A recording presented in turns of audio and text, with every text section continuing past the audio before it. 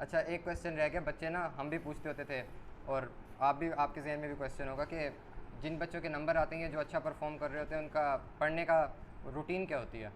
तो पढ़ने की रूटीन ना, आपको अल्लाह ताला ने हर किसी को अपना एक मेंटल लेवल दिया। कुछ बच्चे 5-5 घंटे मुसलसल पढ़ते हैं, कुछ बच्चे होते हैं जो 1 घंटा पढ़ के थक जाते हैं। लेकिन जब आप दिन में तैयारी करें ना, तो आपका माइंड में ये बात पक्की होनी चाहिए कि मेरी पढ़ाई जो है वो सबसे आगे है।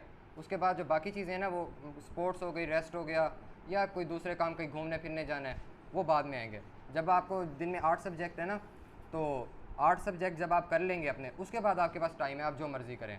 अब ये जो साइंस सब्जेक्ट होते हैं, केमिस्ट्री, फिजिक्स, बायो, मैथ का तो ये है कि आपको जो है ना, जब तक आप प्रैक्टिस नहीं करेंगे, आप मैथ में माहिर नहीं हो सकते। प्रैक्टिस करें मैथ की, बार बार एक एक एक्सरसाइज को कम से कम 20-20 दफ़ा करें, फिर जाके आप उस काबिल होंगे कि आप पूरे नंबर ले सकें मैथ में। बायोलॉजी है, बायोलॉजी जो है उसमें आपके मैथ में कितने मार्क्स थे 75। Out of 75।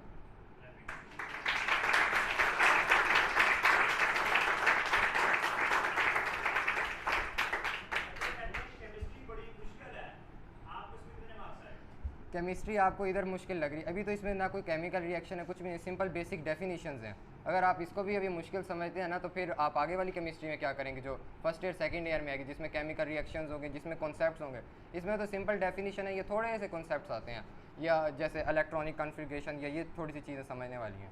उसके लिए भी आपको ये, जब आप कोई टॉपिक पढ़ रहे हैं ना, तो आपका जहन जो है ना, वो खुला होना चाहिए जहन। आप उसको हर पहलू से देखें, यानी जिस तरह से भी ना मुख्तलिफ अपनी सोच को वसी करें कि यूँ होगा तो यूँ होगा, ये क्यों नहीं होता। जब आप why this and why not, ये आपके जहन में क्वेश्चनिंग आती है ना, उसके बाद फिर आपके अपने कॉन्सेप्ट्स बनते हैं, और आप फिर ज़्यादा अच्छी लर्निंग करते हैं।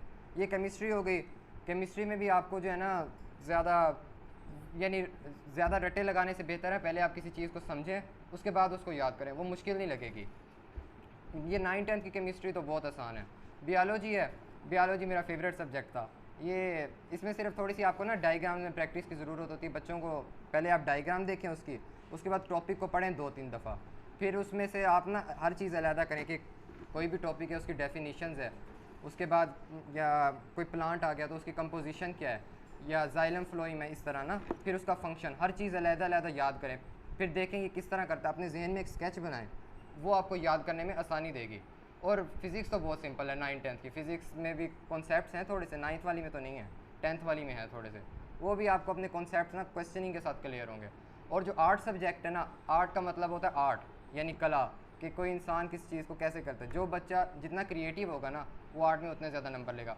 उर्दू हो गई ना, हमने शुरू में बड़ी कोशिश की कि हम उर्दू को रट्टे मारें, ये उर्दू वगैरह ये रट्टे से, अगर आप चाहते हैं ना कि आपकी उर्दू इंग्लिश अच्छी हो, तो आपकी बुक रीडिंग ज़्यादा होनी चाहिए।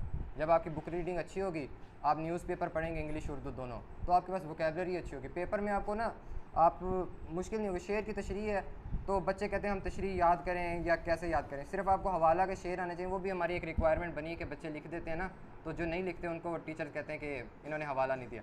जो उसकी तशरीह होती है, तशरीह का मतलब ये है कि आपको इस शेर में जो बात समझ आई है, जो इस शेर से आपने मतलब निकाला, वो आपने अपने अल्फाज में बयान करना होता है। सबक का खुलासा होता है, सबक आप 3-4 दफ़ा 5 दफ़ा पढ़ लें, उसमें मुश्किल अल्फाज के मायने समझ लें, उसके बाद जो आपने सबक में पढ़ा तरतीब के साथ एक खुलासा लिख दें।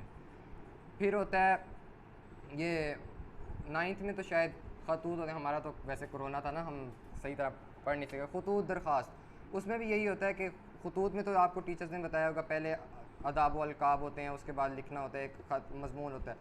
तो उसके लिए आपको स्पेसिफिक कोई चीज़ रट्टा मारने की ज़रूरत नहीं है, आपको एक यानी पैटर्न आना चाहिए ख़त का, दरख्वास्त का, आप लिख दें, आपको नंबर मिल जाएंगे। और बस अपने टीचर से ये मशवरा कर लिया करें, जो बोर्ड के चेकर होते हैं, कि ना टीचर्स ने कुछ टीचर्स होते हैं, कुछ नहीं होते, उन्होंने एक क्राइटेरिया सेट किया होता है बच्चों का मेंटल लेवल जज करने का, कि कोई बच्चा अगर एक ख़त है 2 पेज का लिखता है तो उसको कितने नंबर देने, 1 पेज का लिखता है तो उसको कितने नंबर देने हैं, अल्फाज या उसके उस चीज़ पे नहीं जाते। तो वो आप अपने टीचर से थोड़ा सा मशवरा कर लिया करें, क्योंकि ये हमारा सेट हुआ है। बाकी हर सब्जेक्ट के लिए याद करने के लिए आपको ना उसको समझना पड़ेगा, और फिर उसका एक अलग क्राइटेरिया।